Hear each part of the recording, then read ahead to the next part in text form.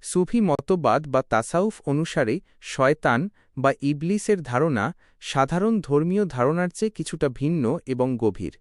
সুফিবাদে শয়তান কেবল বাইরের কোনো অস্তিত্ব নয়, বরং এটি মানুষের ভেতরের নফস, কামনা বাসনা, অহংকার এবং আল্লাহর কাছ থেকে বিচ্ছিন্নতার একটি প্রতীক। নিচে সুফি মতানুযায়ী শয়তানের ধারণাটি বিস্তারিতভাবে ব্যাখ্যা করা হল।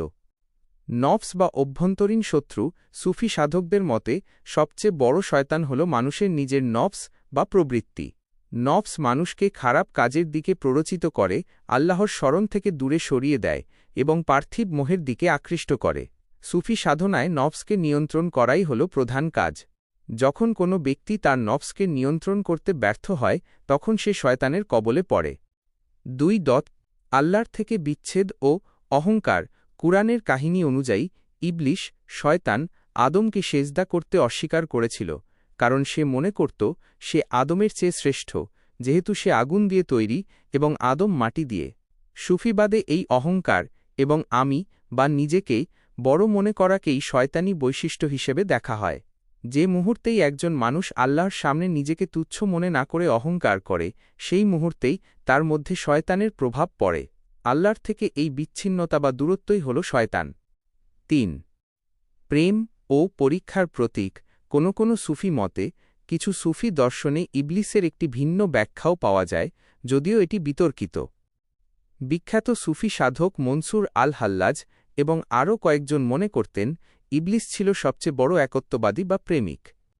সে আল্লাহ ছাড়া আর কাউকে সেজদা করতে চায়নি বলেই আদমকে সেজদা করতে অস্বীকার করেছিল। তাদের মতে এটি ছিল আল্লাহর পক্ষ থেকে একটি পরীক্ষা। এই মত অনুসারে শয়তান আল্লাহর হুকুম এবং আল্লাহর ইচ্ছার মধ্যকার এক রহস্যময় দোলাচলের প্রতীক। তবে এই ব্যাখ্যাটি সাধারণ ইসলামী বিশ্বাস বা অধিকাংশ সুফি তরিকার মূলধারার শিক্ষা নয়। 4.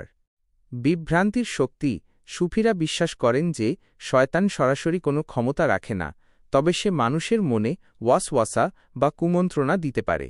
সে সত্যকে মিথ্যা এবং মিথ্যাকে সত্যরূপে উপস্থাপন করে মানুষকে বিভ্রান্ত করে।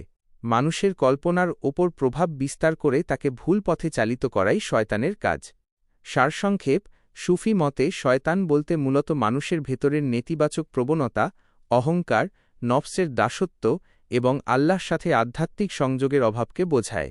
যে ব্যক্তি তার মন ও আত্মাকে আল্লাহর প্রেমে এবং স্মরণে নিমজ্জিত রাখতে পারে, তার ওপর শয়তানের কোনো প্রভাব থাকে না। অর্থাৎ শয়তান হল মানুষের ভেতরের আধ্যাত্মিক উন্নতির পথে সবচেয়ে বড় বাধা। সুফি